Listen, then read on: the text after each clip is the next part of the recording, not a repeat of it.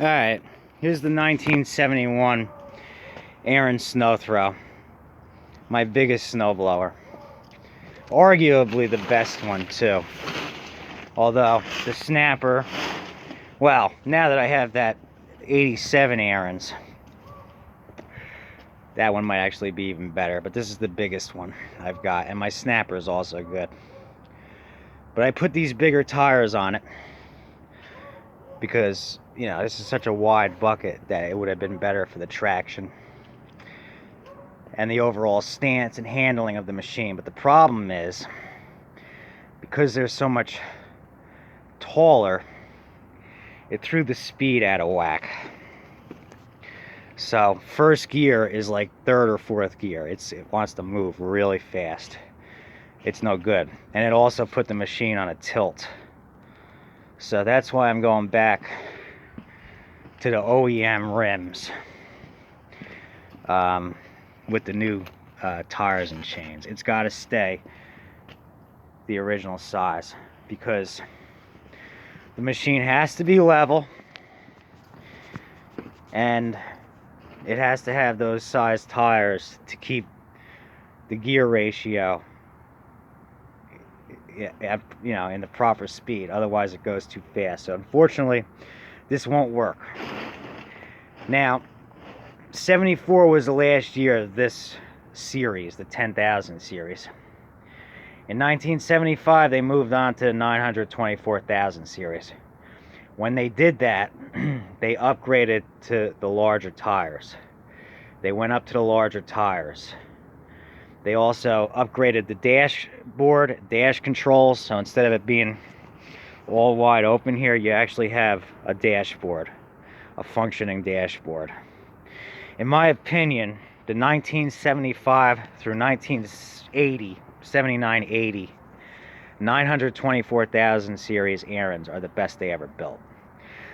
By quality, by the paint, by all of that. Once you moved into 1980, they changed the design of the colors. They went from orange and white to orange and black. They changed the paint process.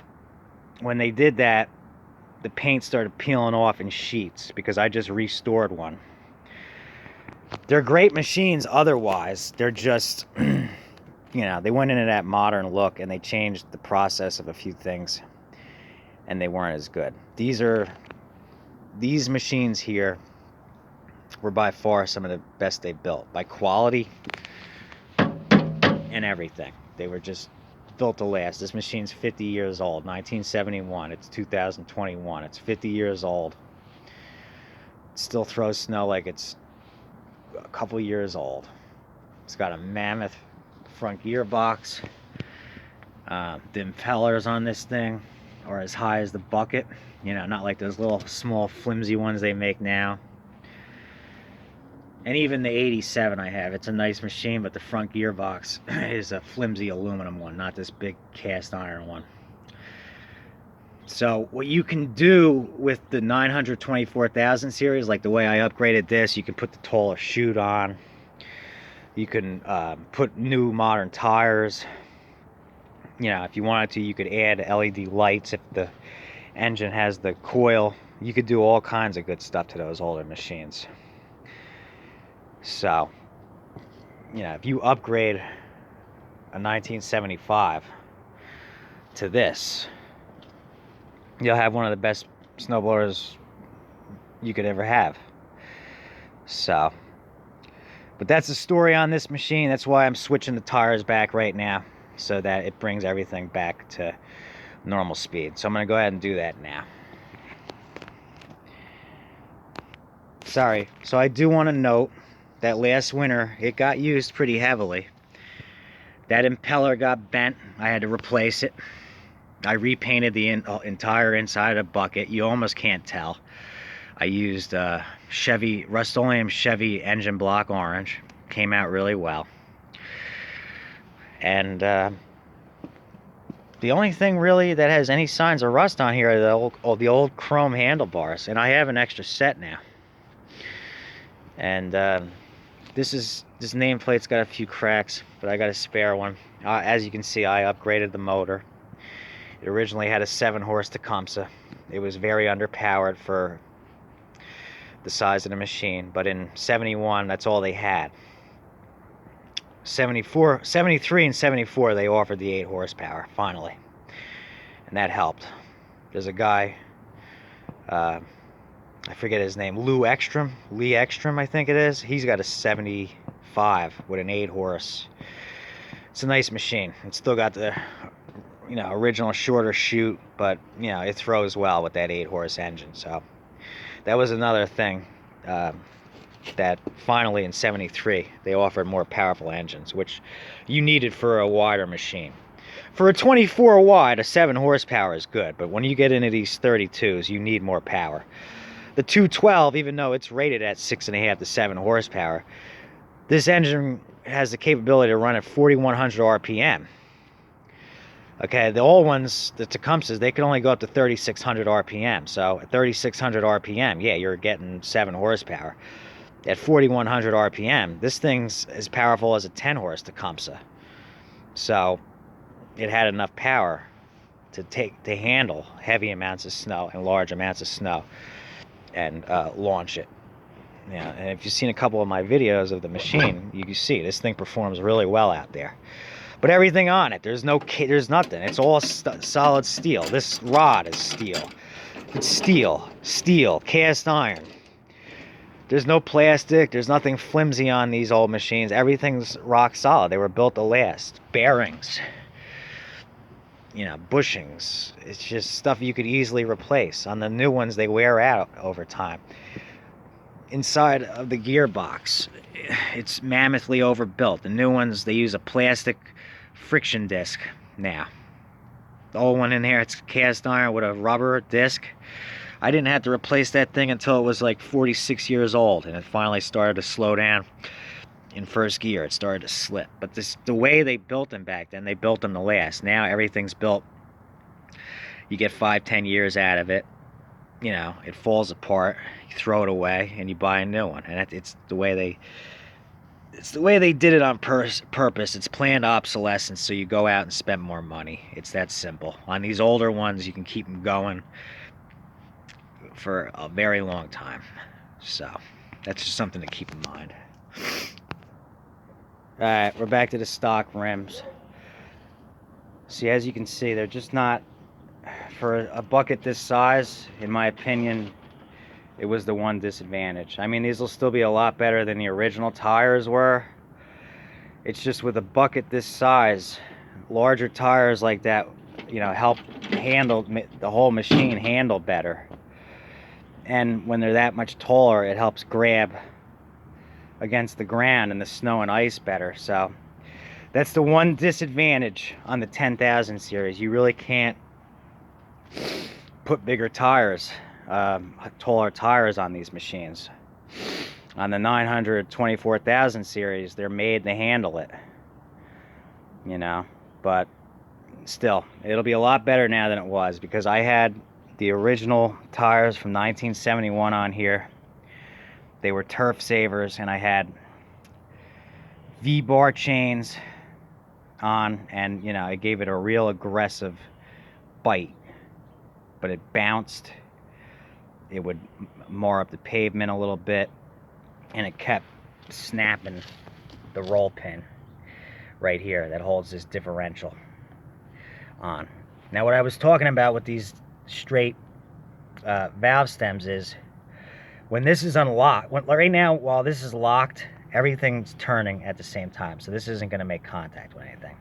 If you unlock this, right, this starts to move on its own. So this comes around, this nub, it comes around, it will hit this. Over time, this keeps getting hit, it'll break it. So I don't usually use the machine with it unlocked anyway, so I'll be okay. But that's one thing I have to bear in mind. So in the future, I might have to put a 60-degree stem on this one. But other than that, we're there. That was the final upgrade I needed to make to this machine. I made a video of this machine, I don't know, about 5 years ago now. All the upgrades I did to it. You can go back and look at that one if you wanted to see everything.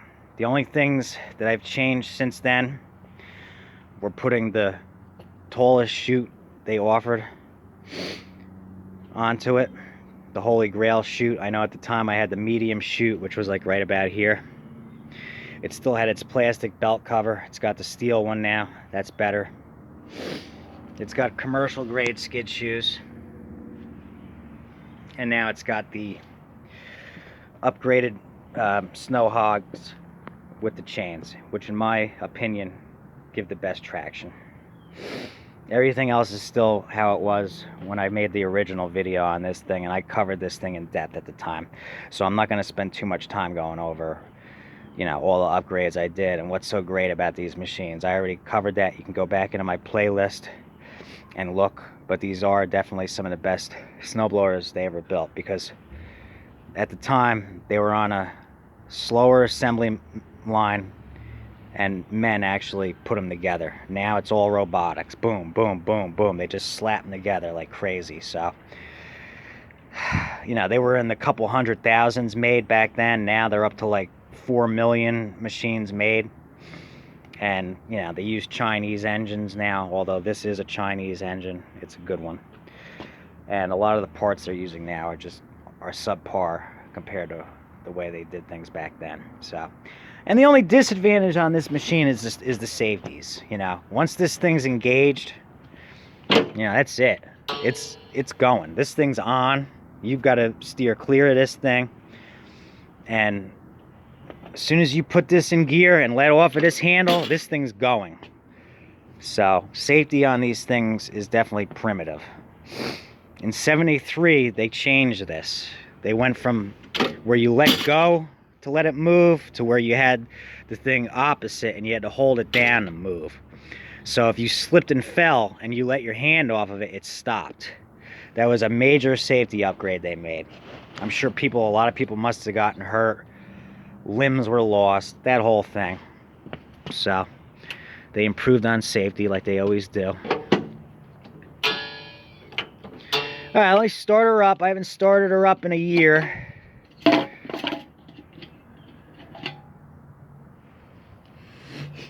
Yeah, it should run on that.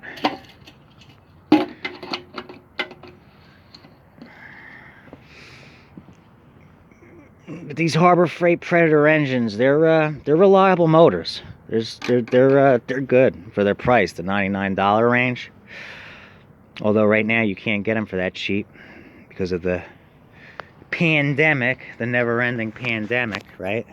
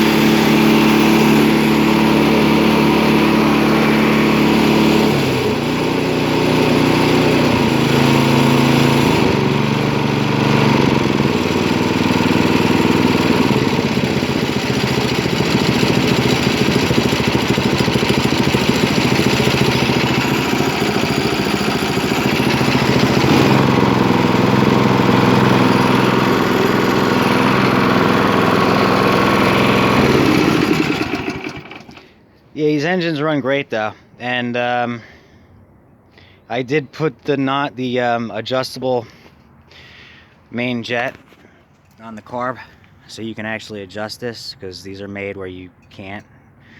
But I was able to get one. I made a video on that. They're not like readily available now. You gotta actually contact the guy and he makes them. I got one extra one from my other machine that I sold. But yeah, other than that, these are good. These are great machines. So this is one of my prized possessions. You know, I use this thing for commercial snow removal, and it don't fool around. And that was the final upgrade I needed to make. It needed modern tires bad. So now that I've done that, you know, I wouldn't doubt if I own this machine the rest of my life. I mean, as long as I'm doing snow removal or have the need to do any kind of snow removal, this machine will be with me. The only reason that I would ever get rid of this machine is if I get the opportunity to get one of those 924,000 series units from between 75 and 79. I would take everything I did to this one and upgrade one of them, because it has the ability to use the taller tires and has the more eco-friendly dashboard, upgraded safeties. That would be the only machine that I would trade in for this one. Yeah, but I like the way how this is all rounded. You know, it makes it easier to get into the snow. It digs into the snow better than those ones that are flat. And just overall great machine. So, and you can keep these things going forever. As long as you continue to get parts for them, you can keep these machines going forever. So just thought I'd share. Finally made that upgrade. I'll show it working in the winter with these new tires. I expect it'll do pretty good, better than it was, because now I don't have to worry about marring up the pavement, that constant bounce. And what the main issue was is it kept snapping. Like I said, it kept snapping these roll pins, so I had to stop and replace these things like every 2 driveways, and it was getting ridiculous. Other than that, this thing fucking, excuse me, this thing clobbers the snow. So I love it. So, and if I wanted to, I could add a cable to have this controlled from behind the dash, but there's really no need to. I mean, because you know, it's close enough to where you can grab at it without even having to.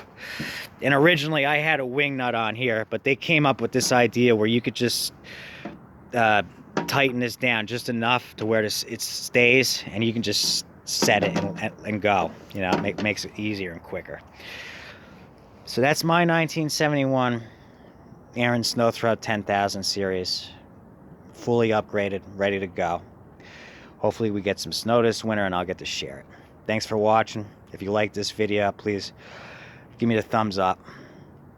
Leave a comment down below. Let me know what you think of the machine. And don't forget to subscribe. All right, thanks guys. Talk to you later.